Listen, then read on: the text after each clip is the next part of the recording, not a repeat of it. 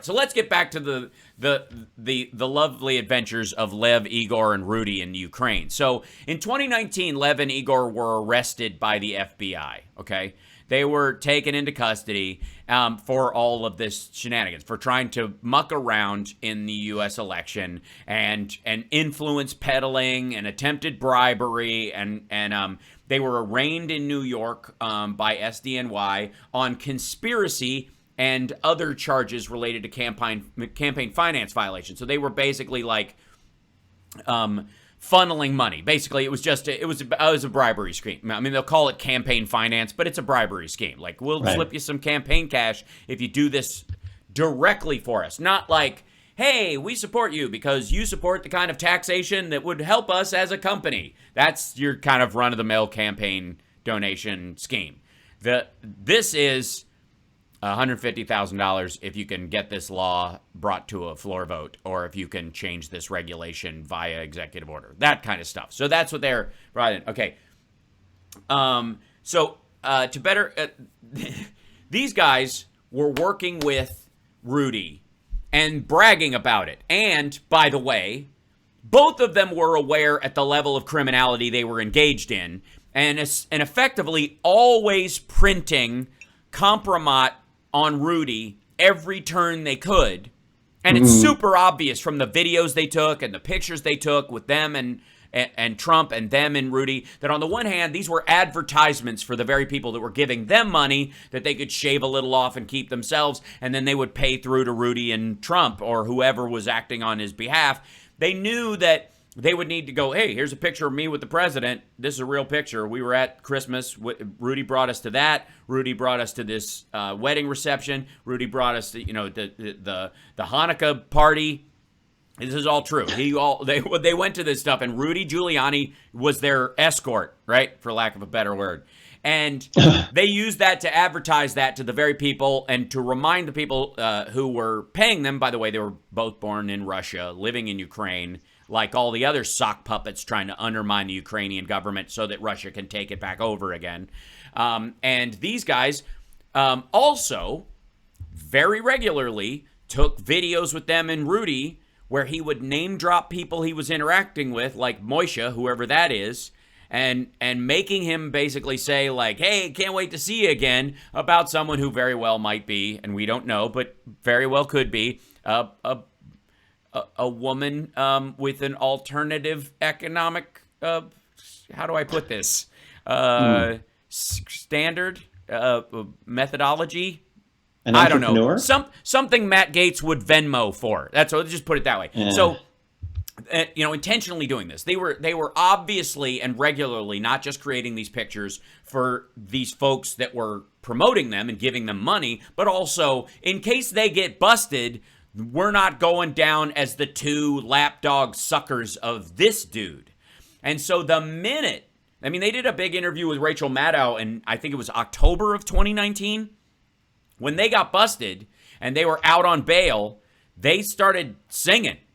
They started singing not just to the press, like, his attorney, Lev's attorney was, regularly, he had a hashtag, Let Lev Speak, which, every time I hear it, I would think of Let Love Rule by Lenny Kravitz. Let Lev speak. You got to let Lev speak. Right, so that always would go through my mind whenever that came up, right? So they started talking, and they have not stopped. Apparently. Let's be abundantly clear that Lev and Igor are never, unlike Michael Cohen or others, or and of course they did not have a pardon waiting for them the way Roger Stone did, the way Paul Manafort did, and others. They weren't going to get one. You're not going to pardon two Soviet-born Ukrainians who were caught trying to help you rig the election, using fake evidence against the son of your opponent. So that wasn't going to happen. So they know that. Their only way out is total cooperation, rolling. In many ways, the way Rick Gates did and the way Michael Flynn was, until it looked like until Trump directly signaled, I'm going to give you a pardon. Then Mike Flynn clammed up, hid what he was doing, stopped, right? So, there were, let's see, this is from an article in 2019. To better understand the extent of Fruman and Parnas' activities, it helps to follow the work of two unofficial investigators on opposite sides of the world who steadily scratched at clues and raised flags. Neither of them was able to see the full picture. One sleuth, an expert on money and politics, was in Washington. The other was in Kyiv with an eye on corruption in Ukraine. The first was a guy named Trevor Potter. He has a D.C. pedigree. Potter is a Republican who used to run the Federal Election Commission and served as a general counsel for John McCain's 2000 and 2008 presidential campaign. So obviously an un-American stooge fighting for rhinos, right? And these days, in the parlance of Trump, these days, Potter runs a group called the Campaign Legal Center. Three words that very much upset the right. His team scans political contributions looking for suspicious transactions and reports it to authorities. Good work, guys. Appreciate your work. Even if you were working for the guy I voted against, I don't care. Good for you. All right. In the summer of last year, they found one. A company called Global Energy Producers gave $325,000 to America First Action, the super PAC supporting Trump. When Potter and his team started digging into the company that made the contribution, they found it was a blank slate. It didn't exist. Now, if you'll recall, there was a big one about Mitt Romney at one point, where a company came into existence on a Wednesday afternoon, gave $1 million to a super PAC supporting Mitt Romney, and was out of business by the following day. Wow. This was the kind of stuff that these guys look into.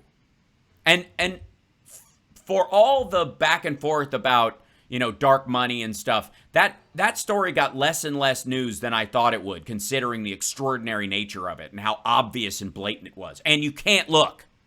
You can't. You can't even ask. Where'd the money come from?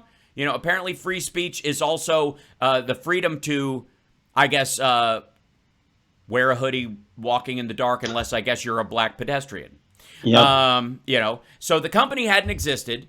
It had been formed literally a couple of weeks before the contribution. It had no website, no history of political activity. So you're thinking this is most likely a company created to make this contribution. And that setting up a shell company to hide political contribution is a crime.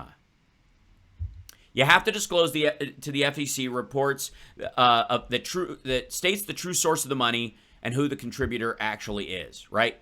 So Potter and his team wanted to know who was behind the company, so they kept digging, found addresses associated with Global Energy Producers in South Florida, and New York.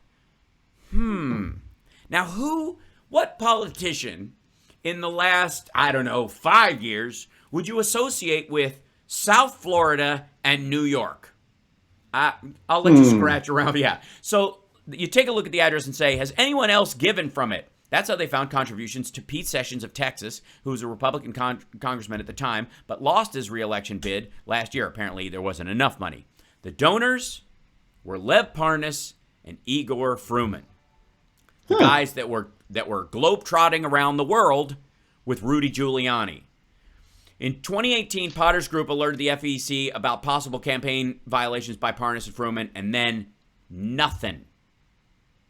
During the Trump years, money going straight into the coffers of Republicans. Sketchy as hell. A Republican organization says this is skeevy, and they go to the Trump DOJ, and nothing. Months later, on the other side of the globe, a second sleuth heard the same names, Lev Parnas and Igor Fruman. Dale Perry doesn't know anything about campaign finance, but he does know about corruption as well as the energy industry in Ukraine. He owns a large U.S. energy company operating in Ukraine. Yes, you heard that right, a large U.S. energy company operating in Ukraine. All right. Perry first heard of Parnas and Fruman after they met with Perry's former business partner in the March of this year and presented an unusual plan. What was so troubling was it was basically the presentation of the intent to take the gas sector back to where it was during the Yanukovych regime. Yanukovych is who Manafort worked for. Yanukovych is the guy that set up snipers on rooftops to shoot rioters that had been that had been pushed to violence by agent provocateurs in the crowd who all knew that at 10:35, leave the street because the snipers are going to open fire. And that was Manafort's plan, the guy who hired dudes off Craigslist to have sex with his disabled wife whose daughters won't talk to him anymore, and was hired by Donald Trump to run his campaign for free. And in exchange, what he got was a change in the Republican platform that kept Ukraine from having offensive weaponry. Like this, it's so. So this is all of this reality is why the right invents such cockamamie, crazy things that they think like this big New World Order conspiracy is. Oh yeah, and this is, by the way, this is two countries, energy money, and a a standoff between and a collaboration between elements of either country to benefit politicians and rich people in those countries. This is not, we're going to put a tracking device, in every human, and that the mark of the beast is the vaccine and kooky nonsense like this. This is run-of-the-mill conspiracy. This is not a conspiracy theory. This is business people conspiring in the same way that they would, come up with like the Kushner family would, one of the brothers would hire a prostitute to sleep with his own brother so that he could blackmail him to take over the company himself. Like that kind of stuff. It's not weird. It doesn't require the pentablet, It doesn't require a Rothschild centuries old anti-Semitic conspiracy that's been going on forever. It's just money. It's just people trying to, it's crooks. It's common baseline mob thievery. That's all it is. And when you look at it in those stark terms, and that's how the Biden administration is looking at it, and we got to take a break. The Biden administration is being very smart about this. And they're doing something that John Kerry got pilloried for when he was running for president, when talking about Osama bin Laden and Al-Qaeda in Afghanistan. We'll be back right after this.